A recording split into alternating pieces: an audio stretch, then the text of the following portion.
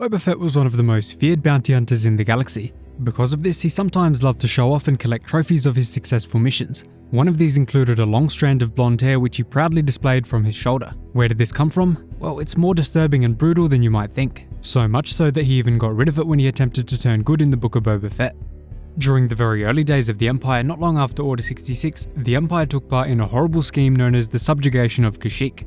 As part of this program, they occupied the Wookiee homeworld and began to kidnap and enslave any Wookiees they could capture, sending them to the spice mines of Kessel. This program was so brutal that many imperial officers were even shocked to hear of it, some even refusing to believe it was really happening. Well, it definitely was happening. During this time, the Empire recruited a young bounty hunter named Boba Fett who had a thirst for blood, but more importantly, didn't ask questions. He was available to take any job from almost anyone, as long as the price was right. So this is where things take a turn for the darker side. During this time, rumours began to spread across the criminal underworld that Boba Fett had slain a Jedi Padawan during Order 66 in cold blood. They believed that he took his iconic braid from the cold, dead body of the Jedi traitor by himself, obviously deeply impressing them. But this wasn't actually the case. Boba Fett was actually sent to Kashyyyk during the subjugation of the Wookiees and participated in a slaughter of many of them. Boba killed many of them and actually carved their skulls out into braids, mixing the bone with their fur. He then braided the fur and the skull, crafting them into a chilling trophy to denote his skill with a blaster. Yep, pretty horrifying. Now, many years later, just after the time of The Empire Strikes Back,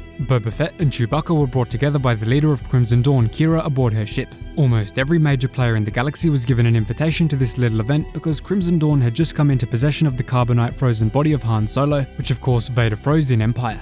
During the event, things got very heated between Chewie and Boba, with the two eventually squaring up. Boba then points to his braids and tells Chewie that they might look familiar to him.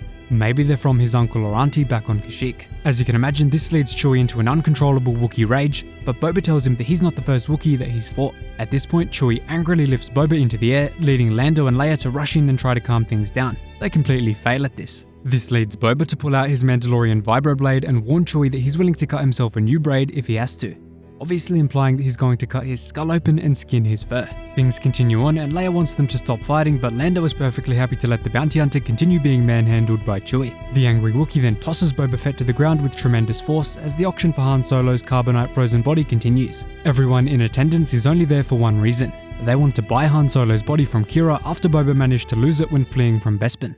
Either way, the fight takes a turn for the worse and Boba Fett resorts to using his Mandalorian flamethrower to ignite Chewbacca's fur, obviously sending him into a searing hot pain. At this point, Lando and Leia manage to defuse the situation, but Lando is nearly brought to tears since one of his favourite capes was burned. Boba Fett gives Chewie one final warning not to mess with him if he doesn't want to have another braid made from his skull before slipping into the crowd. Darth Vader and Kira also fight it out, which I can cover if you guys want to see that. Let me tell you, it's a pretty good fight. So that is how Boba Fett got his braid and how he may get another one in the future. Thanks so much for watching, really hope you enjoyed the video. If you want to join the Star Force, remember to subscribe and I'll see you in the next one.